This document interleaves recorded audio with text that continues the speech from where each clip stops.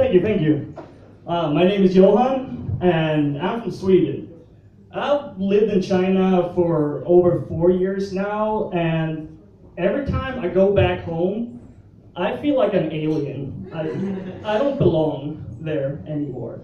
I feel like it's only after I lived in China that I understood what Frodo is talking about at the end of Lord of the Rings.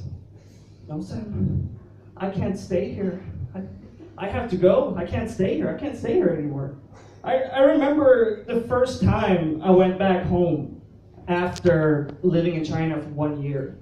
I went straight from the airport to my grandfather's summer house on the Swedish west coast.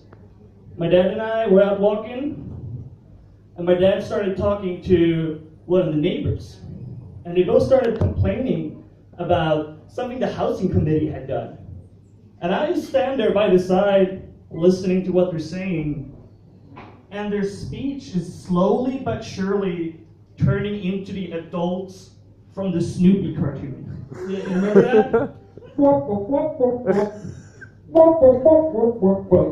I just couldn't understand it at all. You guys are complaining about your second house not being run optimally. You have 2 houses.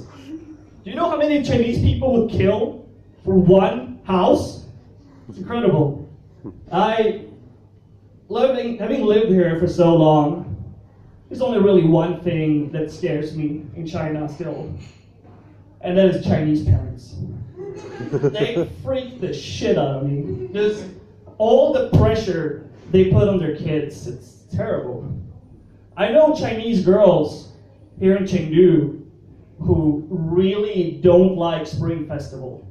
Every year they dread going back home to their hometown because, you know, the first day and the second day, they're both fine, you know, catching up with your family, eating good food, it's all good.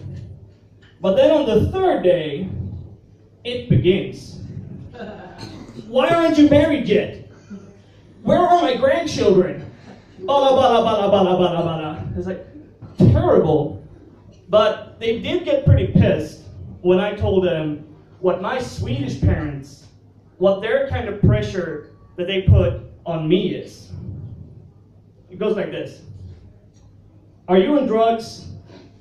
No. Are you happy? Carry on.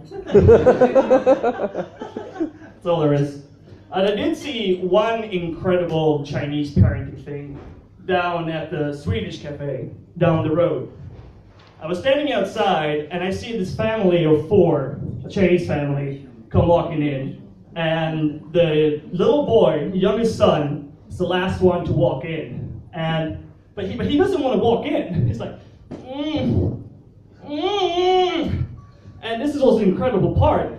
The mom actually turns around, gets down on her knees, and starts talking to him like, come on inside. It's gonna be good, it's gonna be fun.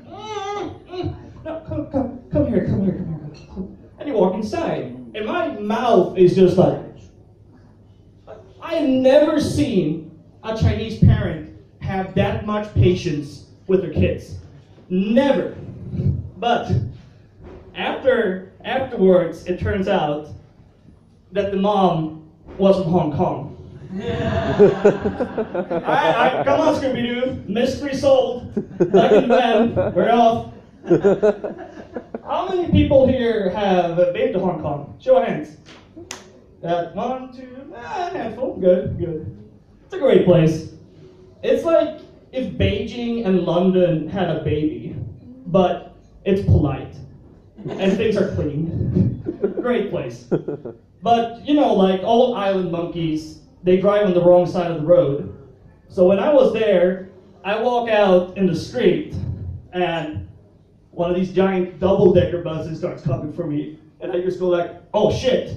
But it's Hong Kong. The bus just stops and lets me pass.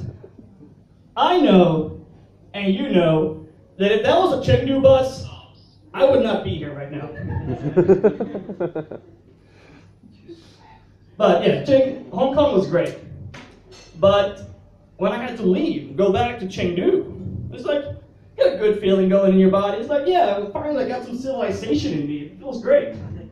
But then you go to the terminal to go back to Chengdu, and you start hearing it. Tiny at first, but overly loud soon. 做啥？做谁哦？哦，要谁哦？ And your whole body is just like, no, I don't want to go back. People are nice here. They speak English. But the worst part was not for me. It was for the girl I was traveling with. Because not only did she start to hear the Sichuanhua, she saw what the women's bathroom looked like. Just all over the place.